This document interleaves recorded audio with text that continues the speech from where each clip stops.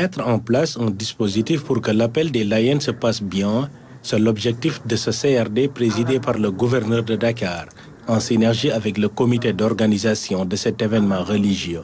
Cette réunion nous a permis de recueillir les prestations d'accompagnement attendues de l'administration par le comité d'organisation.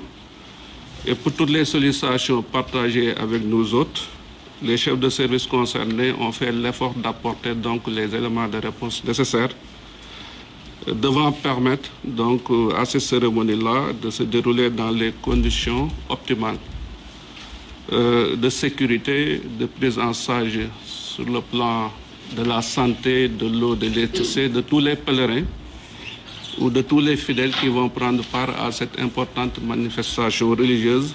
Plusieurs domaines tels que la sécurité, l'approvisionnement en eau, les moyens de communication, l'électricité entre autres ont fait l'objet de discussions. Les sollicitations ont concerné les secteurs des aménagements routiers, pour ne pas dire la route.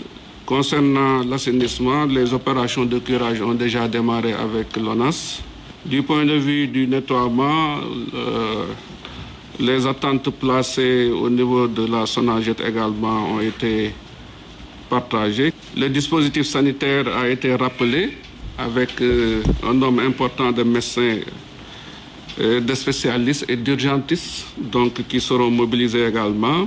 La sécurité avec la police qui va intervenir principalement à Cambérène et pour le reste, on sera avec la gendarmerie. L'État, à travers ses différentes entités, est prêt à accompagner l'organisation de la 45e édition de l'appel de Seydina Limamou Laye. Tout sera mis en œuvre pour que la cérémonie se déroule dans les meilleures conditions.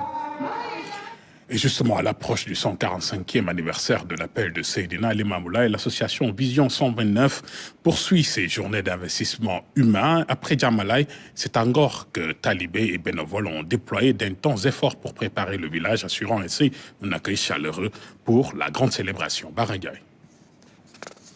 Talibés Layènes, armés d'un esprit communautaire, ont pris d'assaut Ngor, deuxième étape de la célébration de l'appel de Seydina Limamou Laye.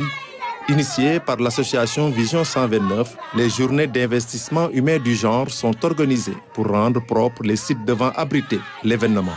Cela entre aussi dans le cadre des semaines de nettoiement que nous organisons. La première étape a été démarrée le 4 janvier à Yoff Layène, dans la sainte place de Djamalaye. Ensuite, nous sommes sortis dans les rues et ruelles de Yoff pour une semaine également. Et aujourd'hui, nous sommes là à Ngor. Cet engagement répond à l'esprit édicté par Seydina Limamou Laye, à savoir servir le Mahdi.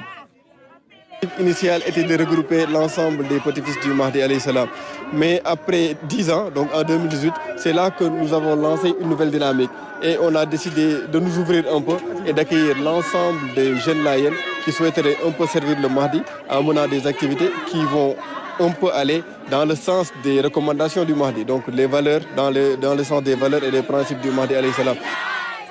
Durant cette mobilisation, les femmes sont au devant de la scène. Elles s'activent à rendre les lieux accueillants et prêts pour l'événement.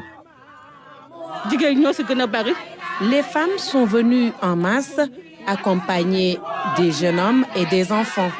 Nous avons laissé notre confort à la maison pour nous investir sous le soleil, rien que pour avoir l'agrément de Seydina Limamou Laye. Après Djamalaye et Ngor, Cambérène va accueillir cette mobilisation dans les jours à venir. Du 30 au 31 janvier, la communauté layène va célébrer dans la ferveur la 145e édition de l'appel de Seydina Limamou Laye al-Mahdi.